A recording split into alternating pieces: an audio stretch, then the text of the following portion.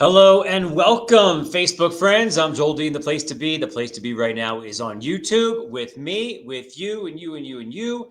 Thank you for joining us as we're starting this tradition on CBS 21, giving you the news in a different way right here on YouTube. What will I be talking about? Look at that. Wrote it all down. Don't mind my nasty handwriting, but you can figure it out.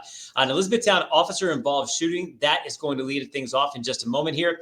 We're going to talk about this dramatic video that we will get into as to why this was determined to be an actual justified shooting. The other things we're going to be talking about, kind of a Bonnie and Clyde situation across two states, one of them being Pennsylvania. And we have video of these people, two people arrested. Yes, it was a male and a female. That's why some are calling this a Bonnie and Clyde situation involving bank robbery. There's a hair lawsuit we want to tell you about. The results of that has finally come out. This goes back for about a year now. We'll tell you about that. The Senate recount has officially begun. We have an update on that. Fatima Moien is going to take us through how the different counties are doing on that so far. That little thing there, that's a snowflake. And we're talking about possible snowflakes coming to our area very, very soon. So Tom will be back with that. And then I have some turkey stats for you as well. Which state has the most expensive and the least expensive turkey as we get going and get ready for a week from today, technically a week from tomorrow. All right, we're starting with that E-Town officer-involved shooting. So this is a dramatic video right here. This man had been arrested earlier in the day on a DUI. This was Lancaster County District Attorney's Office saying that this was determined to be a good shooting, they call it, meaning justified. Because what you're going to see here in a moment is the man has come here to get his things back after he had been arrested, and then comes back, and then watch that. He shows that he is armed and has a gun right there. At that point, the police officers go from using tasers, they switch over to guns, and they shoot this man because it was determined that they were all in danger at that point. That is one of the things that they look at. The DA's office from Lancaster County decides that, as you see, the gun is out right there, that they're in danger. They had a right to shoot this person, and he did die after he was shot. Later on, they found in his vehicle a semi-automatic rifle, 2 loaded handguns, 1,000 rounds of ammunition, and in the front seat there was even more. So the person we're talking about here, as I search for this real quick, this was Andrew Ward, a 39-year-old, once again shot and killed November 3rd following a DUI arrest earlier in the night. Moving ahead, now we're going to get to this Bonnie and Clyde situation. We're calling it that. Of course, the police didn't call it that. But that's kind of what rings true when you're talking about two people involved in a situation where they robbed a couple banks. So this is in Maryland, and then down into then up into Pennsylvania as well.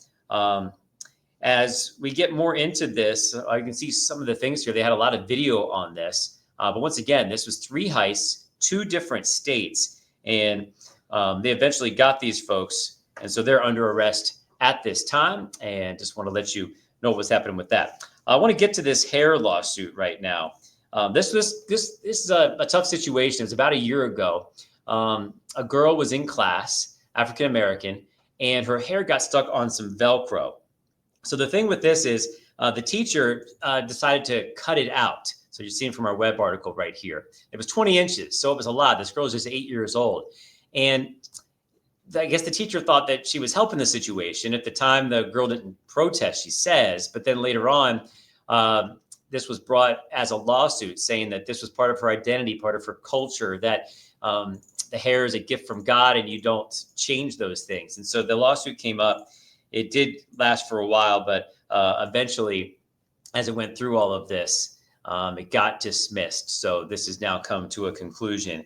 The hair lawsuit got a lot of attention about a year ago. It's gone through all of these different pieces of the law now, going through the judicial system, and now it has officially been dismissed.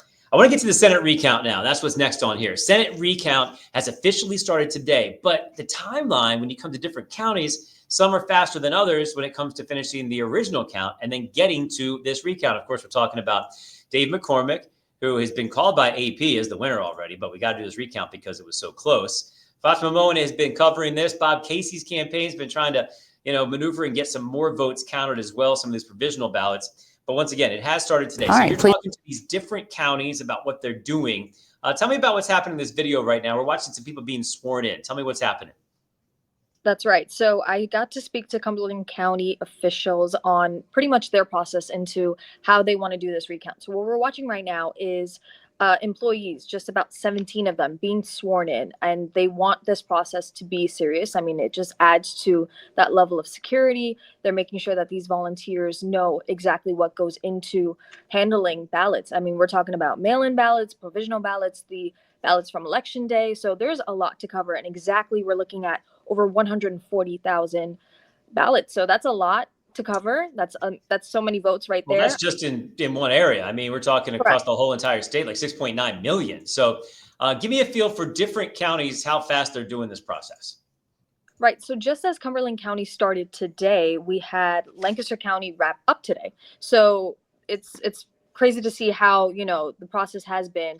Lancaster started earlier in the week, and that deadline to have all this done is next Tuesday. That's November 26th. So it's really just about how they're coming together, making sure that the volunteers that are involved are also aware of the severity of, counting up all those votes. And Lancaster wrapped up today. We're looking at 290,000 votes counted, and they're looking forward to having the final count out by tomorrow. So it's really just a matter of time before we finally get to see who wins it all. Yeah, historically, the recount sometimes change things by a couple hundred votes. When we're looking at around a 16,000 vote lead for Dave McCormick, the AP was pretty secure in calling the win for him. But this is just something that's in our rules. If you're within 0.5%, it's an automatic recount. The challenger, the person who's down, can waive it. Bob Casey decided not to waive it, so it has every right to move forward with this. You're covering politics here in Pennsylvania for the first time. I want to get a feel for kind of your experience going through all this, not just today, but the entire cycle.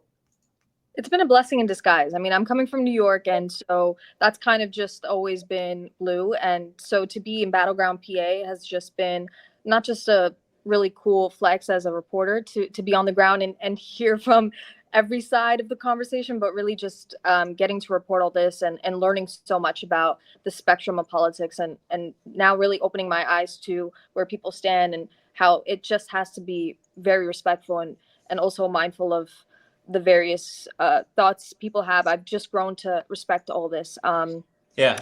Journalists kind of not letting that get into the reporting, but also let people speak for themselves, Well, yeah. And then the thing that I found was also, once again, a blessing by being around different kinds of people. Sometimes we can be around people that think the same way as us, or maybe don't articulate themselves as well. I love being around different people who have different opinions, but they can back it up. And you understand why they think that way. You might not necessarily agree with them, but you understand why they think that way. And now it doesn't seem so strange that they may think differently than you or someone else, or vote differently than you.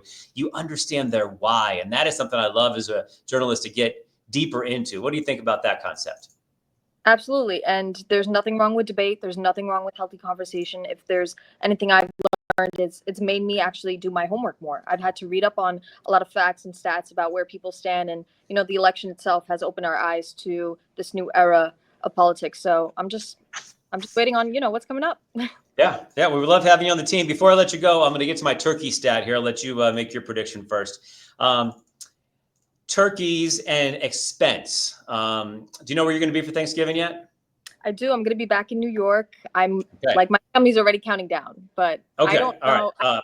It get expensive, but I want to hear this. Well, so the most expensive and least expensive places to get turkey.